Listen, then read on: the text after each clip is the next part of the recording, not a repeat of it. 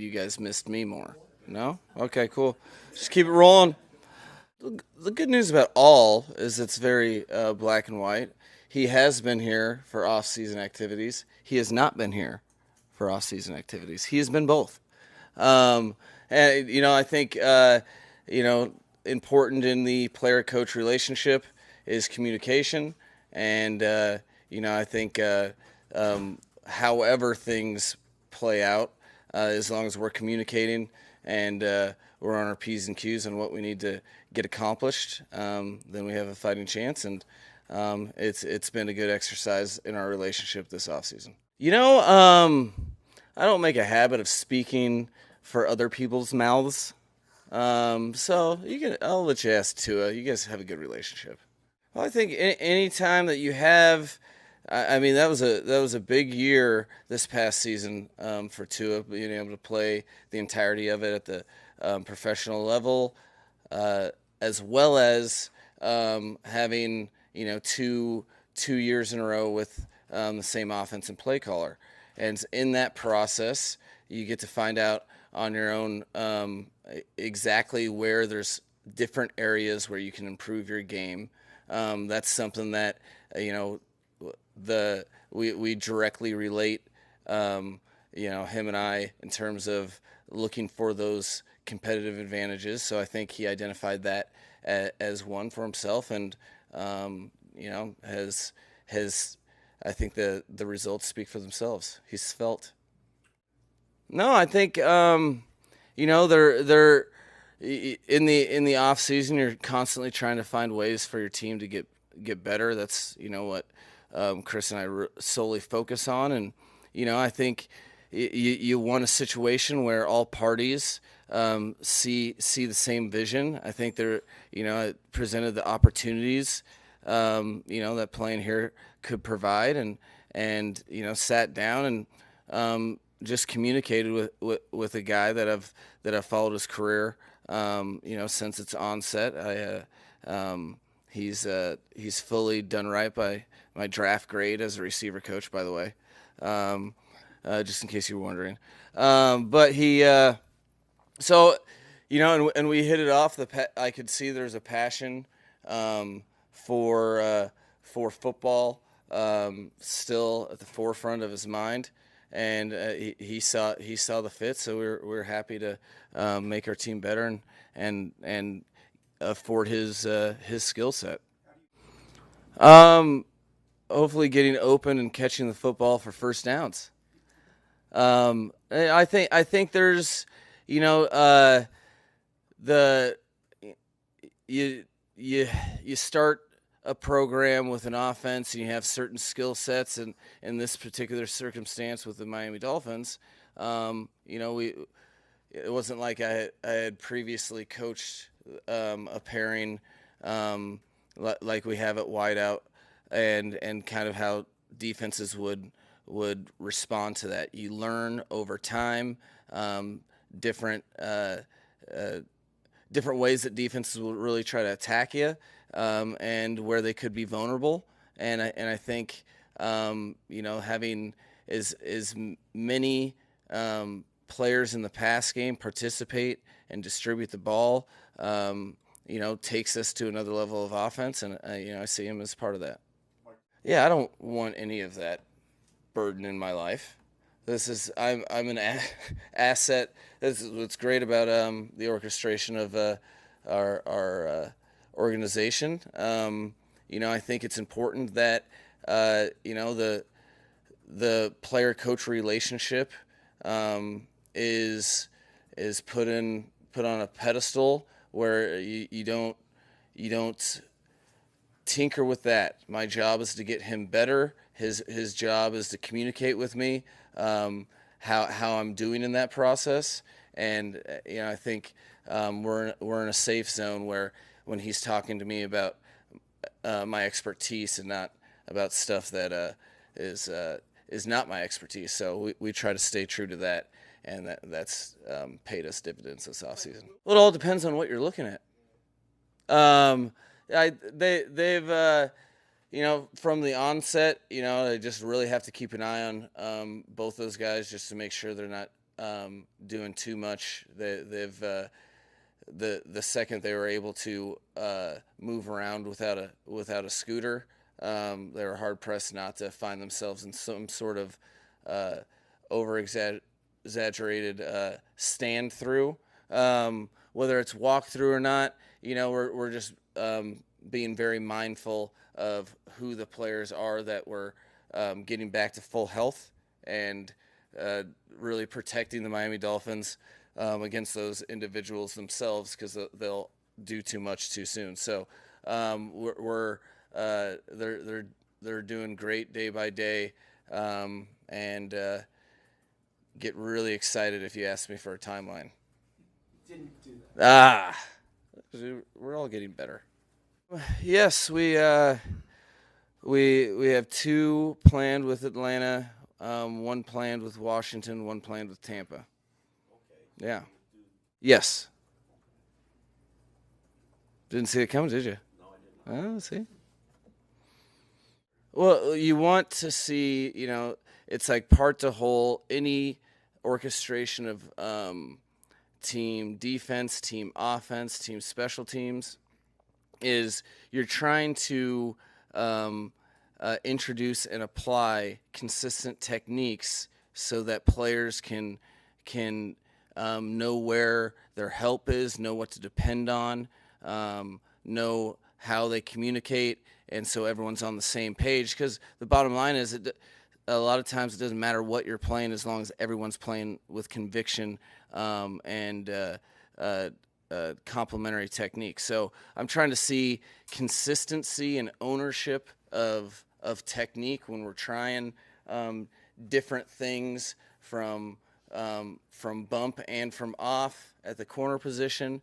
I want to see the different tools that we give the players committed to and orchestrated, and how does that relate to the safety? How does that relate to the nickel or the backer? Those things are very important when you're trying to play consistent, convicted defense. So I'm trying to see that uniformity of technique and implementation, so we have consistency in all 3 phases, and specifically with what you're asking about in the corner position. I mean, what? You're talking about me forecasting your expectations. I don't know. Are you glass half full, glass half empty? There's a lot of things to unpack there. I'm sure there will be players you're like, oh, I expected to see him. Maybe there'll be players that you're like, oh, I didn't expect to see. You're going to see players convicted and excited for OTA 2. But, this time of year specifically, one of the things that we really try to do a great job of is tailoring to the specific needs of individuals.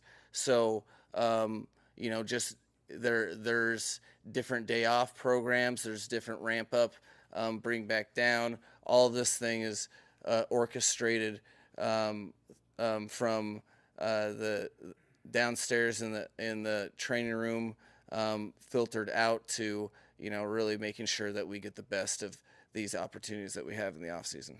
No, I think part of our job as a high functioning NFL franchise is you're always looking for ways to get better. And I know that's something that if Chris Greer has a tattoo on his body, it's probably of that. Always getting better with roster. So we're always looking, but I wouldn't necessarily look for or it's not through the lens of what are we without. We have a pretty deep team that's high in competition. It's always balancing the stuff that we're able to do and what's out there, and can we improve our team. But as far as we'll never stop looking, but we're not on the hunt. Well, I think I think it's important for a team to max out the ability of players, that you have mutual accountability from the players and the coaches, coaching staffs and the organization's perspective. And I'm not necessarily worried about the placing blame or why his timeline is as it is. Those timelines are unique to each individual. What I'm really pumped about is I know in year 2 that the relationships that he's holding within his his position and the coaches and the way he's attacking this offseason is that he's not satisfied with that by any stretch, and nor is the organization. So I'm excited for the competition and the development because that's really what I get into and what we're all in this for. Well, I think each off season is a different code to crack. I think the specific needs of your team vary. I think in this specific off season, we had the opportunity to get a couple more valuable practice days against varied looks, varied techniques. I think the intensity of practice in general is raised to a degree when you're going against a fresh new opponent. I think the players' off season, the way that our specific team practices against each other, I'm forecasting that will be a breath of fresh air to see somebody else.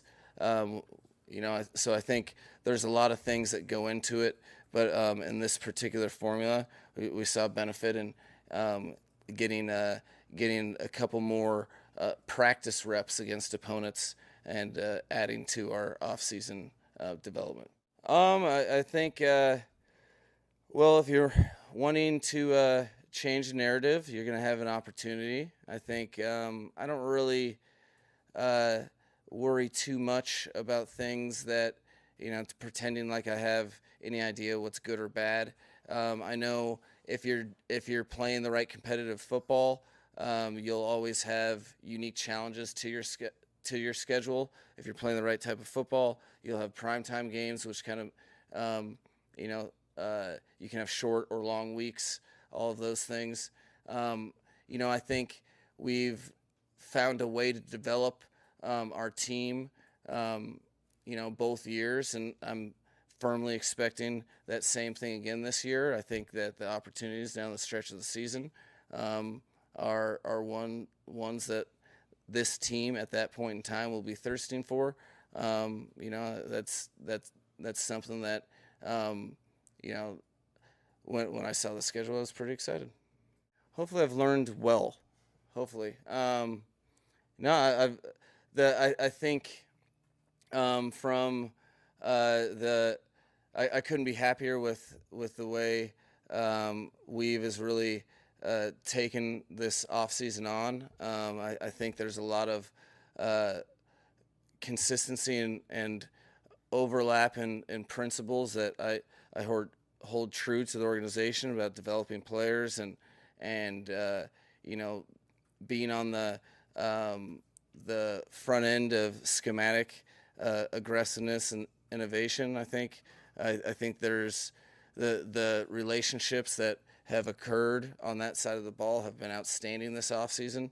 I think that guys have really responded with a intensity and vigor with him in the building, leading meetings and leading them on the field. Yeah, I think you're always benefited. There's a supreme benefit in understanding how other people view you, to understand the whys behind certain things. I think that's something, every off season I'm kind of searching for, and a lot of times you kind of have to forecast. It's a lot easier to go down the hallway and see how a particular unit that was able to have some success kind of looked at you from a game planning perspective. I think that really helps coaching staffs be able to put players in better positions. At least that's the way I look at it. So that communication's been outstanding and very beneficial. I thought this phase 2, he embodied kind of the way to go about your day-to-day operation, to go, kind of, if you want something, go get it. And David felt after last season he had more to offer to the Miami Dolphins team, and instead of just talking about it, he lived that every single day. I think that all of his teammates feed off him. He's a leader for us, and I was just happy that his playlist didn't suck. Well, I'm glad you asked. No, I think you can just you do have to open